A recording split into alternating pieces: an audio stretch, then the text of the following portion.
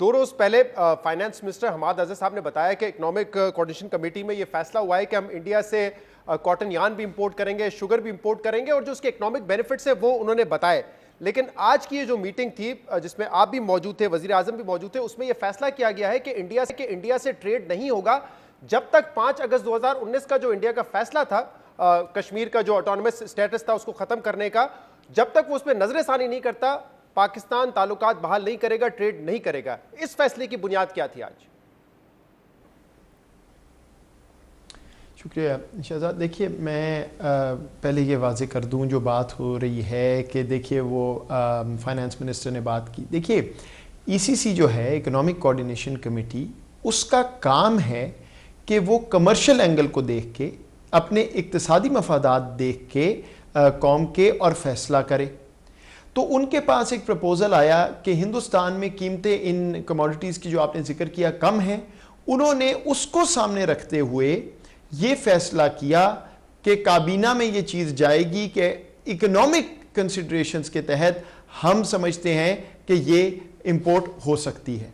उस मीटिंग में ईसीसी में भी ये बात हुई कि आखिर हिंदुस्तान का जो ताल्लुक है वो कमर्शियल तो नहीं सिर्फ, उसमें तो सियासी और स्ट्रेटेजिक पहलू बहुत अहम हैं।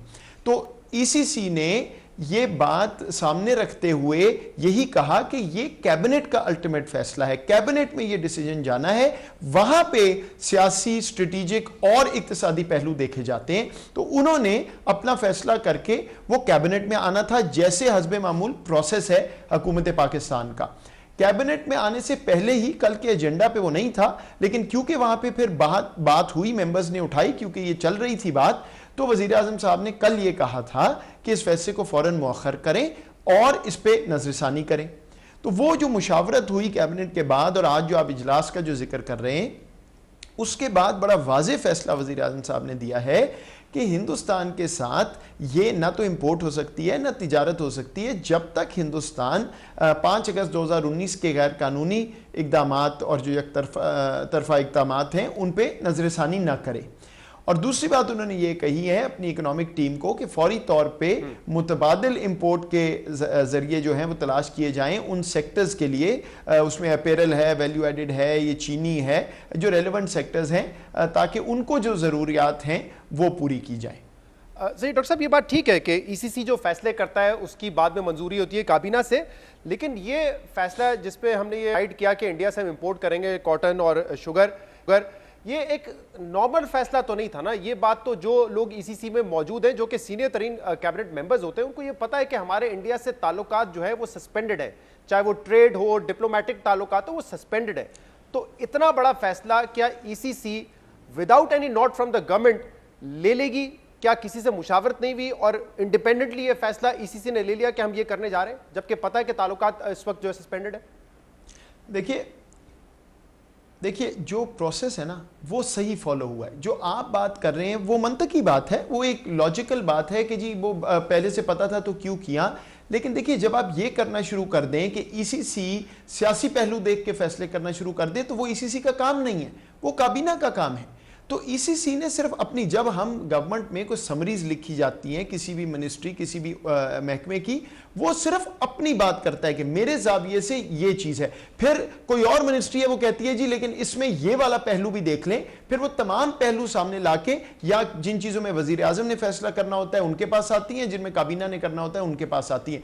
तो ईसीसी का काम नहीं है कि वो ये दूसरी चीजें देखें। हाँ, ये हो सकता था कि वो समरी ना आती उससे पहले ही इनफॉर्मली वो कंसल्टेशन कर लेते मुख्तलिफ महकमों से और कहते जी कि क्या ख्याल है ये समरी जाए या नहीं। लेकिन जो प्रोसेस है वो उन्होंने बिल्कुल ठीक फॉलो किया है। वो वहां लेके गए हैं, उन्होंने एक फैसला किया इकोनॉमिक कंसिडरेशंस देख के, और वो कैबिनेट में आया और उन्होंने भी बिल्कुल सही बात की। और आज वजीर आजम ने उसको बिल्कुल रीइंफोर्स करके कह दिया है कि भाई भारत का जो ताल्लुक है, ये तो नहीं हो सकता कि आप अपना कोर इशू छोड़ दें। पहले ही इतनी बातें चल रही हैं और गलत तासुर जो है वो देने की कोशिश की जा रही है कि पता नहीं क्या डील हो गई, मैं किससे मिला तो कौन किससे मिला। आज वाजे हो जाना चाहिए कि भाई इतनी सी छोटी सी इंपोर्ट पे भी वाजे कर दिया गया कि नहीं होगी और रास्ते ढूंढे जाएंगे, चाहे वो कदरे महंगे हो, लेकिन पहले इनेबलिंग एनवायरनमेंट इंडिया बनाएगा तो ओवरऑल बात आगे जाएगी। सही, मैं इस इनेबलिंग एनवायरनमेंट के हवाले से भी बात करता हूं, लेकिन दो इश्यूज आपने रेज किए। एक आपने कहा कि ईसीसी जो फैसला करती है वो इक्तिसादी मफाद को देखते हुए करती है, तो अगर वो सियासत और डिप्लोमेटिक रिलेशंस को बिल्कुल भी मद्देनजर नहीं रखते तो कल को, मैं आपको एक मफरूजा दे रहा हूं, मिसाल दे रहा हूं, इजराइल से हमारे कोई ताल्लुकात नहीं, हम उनको तस्लीम नहीं करते, लेकिन ईसीसी ये फैसला कर सकती है कि हमने इजराइल से फलाना चीज इंपोर्ट करनी है। नहीं, देखिए ये आपने बिल्कुल ही एक दूसरी तरफ बात लेंगे। यहाँ पे भी यही था ना कि हमारा ताल्लुक इंडिया से बिल्कुल खत्म है इस वक्त, हमारे डिप्लोमेट्स वहां पे नहीं है, हमारे एम्बेसडर नहीं है, हमारा ट्रेड कट ऑफ है, इसीलिए मैं कह रहा हूँ कि इतना बड़ा फैसला ईसीसी अपने तौर पे कैसे कर सकती है? नहीं मेरे भाई, देखिए ना, एक चीज है जो आप लीगली कर सकते हैं, एक चीज है जो आप लीगली नहीं कर सकते। ठीक है, अभी आप कह दें जी इजराइल से फलां चीज कर लें, लीगली आपको अलाउड नहीं है, पाकिस्तान का कानून अलाउ नहीं करता, पाकिस्तान ने जो फैसला किया हुआ उसके अंदर वो आ ही नहीं सकता। ये वाली चीज मैं आपको खुद कह रहा हूं कि बिल्कुल ठीक है, एक तरीका था कि आप लाते ही ना, पहले ही बात कर लेते इनफॉर्मली और डिसाइड कर लेते, लेकिन वंस वो प्रपोजल आया है ईसीसी में तो ईसीसी ने उसका जायजा लिया है, वहां ये बात हुई है कि भाई हिंदुस्तान का ताल्लुक है, जिसपे मेरे नजदीक ईसीसी के हवाले से सही बात की गई कि बिल्कुल आप सही कह रहे हैं, लेकिन ये फैसला पूरी काबीना का है, ये उधर जाने दें और वहां पे उनको डिसाइड करने दें। सही, और जो प्रोसेस की आप बात करें कि प्रोसेस दुरुस्त था, क्या ये बेहतर नहीं होता ताकि स्पेकुलेशन ना होती, जिसका आप खुद जिक्र भी कर रहे हैं कि जो आज मीटिंग हुई जिसमें जो गवर्नमेंट के जो हाई अप्स हैं वो बैठे, साथ उन्होंने मुशावरत की, ये मीटिंग हो जाती, नोट दे दिया जाता है ईसीसी को कि क्या करना है, ईसीसी अपना फैसला करके काबीना की तरफ देती, तो शायद वो जो स्पेकुलेशन 2 दिन होती रही और ये इल्जाम लगता रहा दोबारा के एक फैसला किया, उस पर यू टर्न ले लिया क्योंकि रिएक्शन इतना आ रहा था, वो सारी सिचुएशन ना क्रिएट होती अगर ये प्रोसेस फॉलो किया जाता जिसका मैं जिक्र कर रहा हूं। देखिए ये फिर बैकवर्ड लॉजिक है ना कि आप एक कमेटी को पहले ही बता दें कि आपके पास चीज आएगी, उस पर आपने ये फैसला देना, तो फिर उस कमेटी की क्या जरूरत है?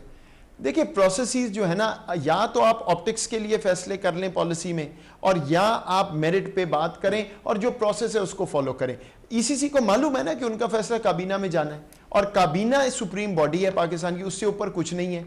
उधर ये तमाम पहलू देखे जाते हैं और आपको वाजे हो जाना चाहिए काबीना की कल की गुफ्तगू, जहां अभी ये एजेंडा पे आया ही नहीं था, फिर भी गुफ्तगू हुई। और दूसरा, आज ये जो वजीर आजम साहब ने फैसला दिया है कि पाकिस्तान कहां खड़ा है हिंदुस्तान पे, हम बार बार कह रहे हैं हम अमन चाहते हैं, आगे जाना चाहते हैं, लेकिन इसकी ये बिल्कुल गलत मतलब कोई ना ले कि हम कोर इशू के बगैर कहीं जा सकते हैं, इनेबलिंग एनवायरनमेंट के बगैर कहीं जा सकते हैं, वो पॉसिबल ही नहीं है। मतलब ये तो बच्चों वाली बात है कि आज कोई कह दे कि चले जी हम आगे चलते हैं बाकी भूल जाएं। It is politically, it is strategically, it is untenable, possible ही नहीं है बात। अच्छा, 26 तारीख का जो नोटिफिकेशन है उसमें ये कहा गया है बाय द वे कि prime minister, honourable prime minister के पास चार्ज है मिनिस्ट्री ऑफ कॉमर्स का भी, और उन्होंने उस समरी को ऑथराइज किया था जो ईसीसी के पास गई थी। इसका मतलब वजीर आजम इमरान खान की नॉलेज में था, क्योंकि वो कॉमर्स मिनिस्टर भी हैं, कि ये समरी हम ईसीसी को भेज रहे हैं। दो फर्क चीजें हैं, this is the strengthening of institutions actually जिसकी बात की जाती है। एक, वजीर आजम as minister in charge of the ministry that looks after commerce, उस वक्त वो मिनिस्टर है उस मिनिस्ट्री का। उसके बाद ईसीसी अपने मंतक के तहत फैसला करती है, फिर प्राइम मिनिस्टर है head of the cabinet, so he may be the same person but he wears two different hats in this case.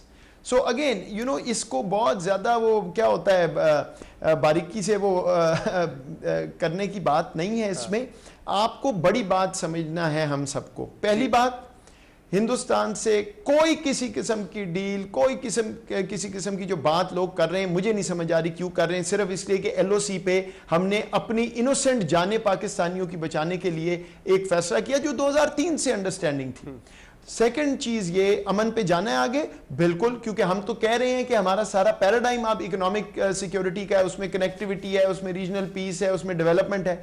क्या हमने आगे जाना है at the cost of core issues? No possibility whatsoever.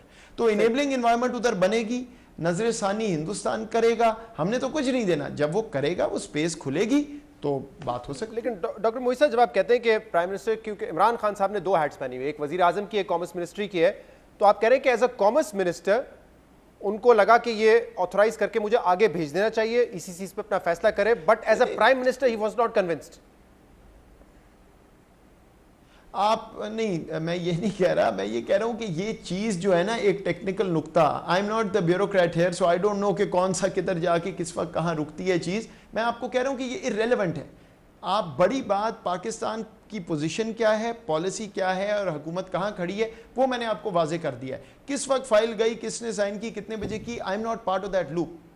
सही। तो अब doctor मोई साहब ये बताइएगा कि ये फैसला तो आज असूली कर लिया और आप कह रहे हैं कि इसमें कोई चेंज नहीं है। बेशक हमने डीजीएमओ की मीटिंग के बाद ये फैसला किया कि एलओसी पर सीज फायर होगा, लेकिन हमारी पोजीशन वही है कि जब तक इंडिया अपने फैसले पर नजरसानी नहीं करता हम उनसे ताल्लुकात बहाल नहीं करेंगे। और इंडिया की भी जो पिछले 2 साल से पोजीशन रही है काफी वाज़ेह है कि इंडिया शायद उस फैसले से पीछे ना हटे। हमने भी कोशिश की, दुनिया ने भी उसके ऊपर बात की, लेकिन इंडिया पीछे नहीं हटा है। तो क्या यह अज्यूम किया जा सकता है कि फिलहाल जो ताल्लुकात है ये परमानेंटली ही सस्पेंड रहेंगे या कोई मुतबादिल हो सकता है इसका? देखिए बात यह है कि एक इसका बिल्कुल सिंपल अल्फाज में ये बात समझने की है कि मेन पार्टी कौन है डिस्प्यूट की। हिंदुस्तान पाकिस्तान का फॉर्मल डिस्प्यूट है, किसकी बात हो रही है? कश्मीरी की। तो जो कश्मीरी है वो तो हिंदुस्तान की शक्ल देखने को तैयार नहीं है। जब वहाँ हालात जो बने हुए हैं उसमें उनकी तो आवाज़ ही कोई नहीं है, तो वहाँ कम्युनिकेशन ब्लॉकेड हटेगा, कोई मामला खुलेगा, ये जो पॉलिटिकल प्रिजनर्स हैं ये बाहर निकलेंगे, उनकी आवाज़ आएगी कश्मीरी की, तो फिर ही को बात आगे बढ़ेगी ना। तो अगर हिंदुस्तान वो भी नहीं करने को तैयार, वो बिल्कुल नजरसानी नहीं करेगा, पॉलिटिकल प्रिजनर्स रहेंगे, कम्युनिकेशन ब्लॉकआउट रहेगा, कश्मीरी की आवाज़ ही नहीं आ सकेगी, तो पाकिस्तान बात कर भी ले तो उसका फ़ायदा क्या है? सही। So इसलिए I think I am I For the hope foreseeable better sense future, prevails. ना हम ये देख रहे हैं कि इंडिया अपनी पोजीशन से पीछे हटेगा, ना हम ट्रेड और डिप्लोमेटिक टाइज इंडिया के साथ बहाल करेंगे। मतलब जब तक ये इंडिया नजरसानी नहीं करता हम अपने एम्बेसडर भी नहीं भेजेंगे, ये मरहला भी यहीं पर रुक जाएगा। देखिए बात ये है कि हिंदुस्तान मतलब बेटर सेंस शुड प्रिवेल। अब वो जो 5 अगस्त के बाद वहाँ पे हुआ तो वहाँ क्या हुआ, मतलब हालात ठीक हो गए। वो कर्फ्यू जो हर चौथे दिन लगा होता है तो उनको भी नज़र आ रहा है वो फंसे हुए हैं, और इसीलिए मेरा ख्याल है शायद पेशकश भी है कि कोई मामला खुले। ये वो अगर खुलेगा तो इन टर्म्स पे खुलेगा, जाहिर बात है, जो प्रिंसिपल्ड पोजीशन है। और अगर वो उस पर बिल्कुल नज़रसानी नहीं करना चाहते, नहीं कर सकते, तो बड़ी अनफॉर्चुनेट बात है, लेकिन that's what it is then. Doctor मोई साहब, पाकिस्तान इंडिया के जो ताल्लुकात हैं उनको बहाल करने के लिए, बेहतर बनाने के लिए क्या इंटरनेशनल पावर्स भी अपना किरदार अदा कर रहे हैं? क्योंकि पिछले हफ्ते जो ब्लूमबर्ग की खबर थी उसके मुताबिक जो सीज फायर हुआ है इंडिया और पाकिस्तान के दरमियान, उसमें यूएई ने अपना किरदार अदा किया है, और उस खबर में यह भी था कि यह पहला कदम है, इसके बाद जो है इनवॉइस को रीइंस्टेट किया जाएगा और ट्रेड बहाल होगा। तो क्या इंटरनेशनल पावर्स पाकिस्तान और इंडिया से बातचीत कर रहे हैं ताल्लुकात बेहतर करने के लिए? थोड़ा सा शहजाद हम सबको ख्याल करना है, बिकॉज ये जो मीडिया लीक्स और वो, इसमें टू बी वेरी ऑनेस्ट बहुत सी चीज़ें डाल दी जाती हैं जो पाकिस्तान को बैकफुट पे करने के लिए, कभी कुछ कभी कुछ। देखिए आप मुझे बताएं हमने क्या क्या सुना है इसके बारे में। एक ये कि को पता नहीं टॉक्स हो रही हैं, ये कि जी मैं अजीत डोभाल को मिला, ये कि मेरी बात हुई, फिर ये कि नहीं वो तो 2018 से कोई इंटेलिजेंस चैनल है, फिर किसी ने कहा जी कि वो आर्मी चीफ की बात हुई, फिर मतलब अगर आप ये सारा इकट्ठा कर ले तो लगता है पाकिस्तान में हर बंदा इसी काम पर लगा हुआ है। सो ऐसा नहीं है। देखिए अल्टीमेटली जो बात होनी है, the how is not the question here, substance की बात है। वो जहाँ पे रुका हुआ है वो हम वाजे कर चुके हैं, उस पर कोई दो राय नहीं होनी चाहिए। बाकी जो दुनिया में मदद करना चाहता है ये बात बावर कराने के लिए हिंदुस्तान को कि जो मामला कश्मीर में बना हुआ है उस पर नजरसानी करें और आगे चलें, देर मोर देन वेलकम। हमारी तो हमेशा पोजीशन रही है, सारी दुनिया आए और उनका आके कहे सही काम करें, भाई बड़ी अच्छी बात। सही। और आप क्योंकि कह रहे हैं सब्सटेंस होना चाहिए, तो जो 23 मार्च को खत लिखा नरेंद्र मोदी ने, उसको आप कैसे देखते हैं? क्या कोई पहला कदम उसको समझा जाए, कोई सब्सटेंस उसमें आपको नजर आता है? देखिए खत आया है ना, तो मेरे नज़दीक तो अच्छी बात है। अगर ये सिग्नल वो करना चाह रहे हैं कि जी हमें ओपनिंग चाहिए, हम कोई चाहते हैं, तो वेरी गुड। वज़ीर आज़म पाकिस्तान ने अपना मौक़िफ़ बिल्कुल वाज़े करके उसी तरह एक ख़त वापस भेज दिया, बहुत अच्छी बात है। अब आगे देख लेते हैं, नज़रसानी करते हैं, इनेबलिंग एनवायरनमेंट बनाते हैं, तो सिग्नल तो हमारा क्लियर है। हम तो मुंह से कह रहे हैं भाई बार बार कि आप वो सही काम करें तो बात कर लेंगे। अगर वो कर सकते हैं वेरी गुड, नहीं कर सकते वेरी सैड। अच्छा डॉक्टर साहब, क्योंकि ये तमाम सवालात मैं आपसे कर रहा था, आप नेशनल सिक्योरिटी एडवाइज़र हैं, बट आपका एक एकेडमिक का बैकग्राउंड भी है, इसलिए मैं ये सवाल आपको उस हैसियत से करने जा रहा हूँ। हमारे खित्ते में दो मिसालें हैं। एक, नेशनल सिक्योरिटी इश्यूज की वजह से पाकिस्तान और इंडिया के ताल्लुकात हैं, जो हमने देखा है कभी बहाल होते हैं तो कभी उसमें सस्पेंड हो जाते हैं, जैसे कि अभी है। और दूसरे, इंडिया और चाइना के ताल्लुकात हैं। अभी रिसेंटली हमें लग रहा था कि शायद जंग छिड़ जाए, एक दूसरे के फौजी भी जो है वो मारे गए, लेकिन उसके बावजूद, उस नेशनल सिक्योरिटी इशू के बावजूद, उनका जो ट्रेड और इकोनॉमिक टाइज है वो बहाल है। 80 से 90 बिलियन डॉलर का उनका आपस में ट्रेड है। आप क्या समझते हैं, बेहतर स्ट्रैटेजी क्या है? क्या अगर नेशनल सिक्योरिटी इश्यूज हैं तो उसको अपनी जगह पे डील करें, जैसे पाकिस्तान के लिए कश्मीर एक बहुत बड़ा इशू है, उसको अपनी जगह पे डील करें, लेकिन ट्रेड और इकोनॉमिक टाइज जो है वो बरकरार रखे जाए? बेहतर स्ट्रैटेजी क्या आपके ख्याल में? अच्छा, एक तो भाई मेरी एकेडमिक हेड तो इस वक्त कोल्ड स्टोरेज में है, so I am not able to answer as an analyst. मैं आपको पॉलिसी वाइज बता देता हूँ कि पाकिस्तान ने बिल्कुल वाज़े तौर पे, अभी आपने इस्लामाबाद सिक्योरिटी डायलॉग का भी देखा है, तमाम लीडरशिप ने, वज़ीर आज़म ने क्लियरली आके बात की, बाकियों ने भी की कि हम कॉम्प्रिहेंसिव सिक्योरिटी फ्रेमवर्क पे जा रहे हैं। उसका क्या मतलब है कि इकोनॉमिक सिक्योरिटी, इक़्तिसादी तरक्की हमारा कोर है और सारा कुछ उसके साथ जुड़ा हुआ है। अगर ये है तो फिर आगे कैसे जाना है, उसमें कनेक्टिविटी, अपनी लोकेशन को यूज़ करना है, दुनिया से असिस्टेंस की बजाय पार्टनरशिप्स मांगनी डेवलपमेंट पे, और ख़ित्ते में अमन की तरफ जाना है। ये उसके पिलर्स हैं। इस विजन पे जाने के लिए हमें जो जो कोर इंटरेस्ट हैं उनको रिजॉल्व करना है ऑन द प्रिंसिपल्ड पोजीशन, फिर हम आगे जा सकते हैं, वरना ये विजन ऑप्टिमाइज नहीं होगी। तो विजन तो है 10 साल, 20 साल, 30 साल की, लेकिन इस विजन पे तब पहुंचा जाएगा जब ये इश्यूज जो हैं ये एड्रेस होंगे। इन इश्यूज को साइड पे करके हम उस विजन पे नहीं जा रहे, ये बात बिल्कुल वाज़ी होनी चाहिए। The vision is dependent on the principle and just conclusion and resolution जो हमारे इश्यूज हैं, अफगानिस्तान साइड पे भी और इंडिया साइड पे भी।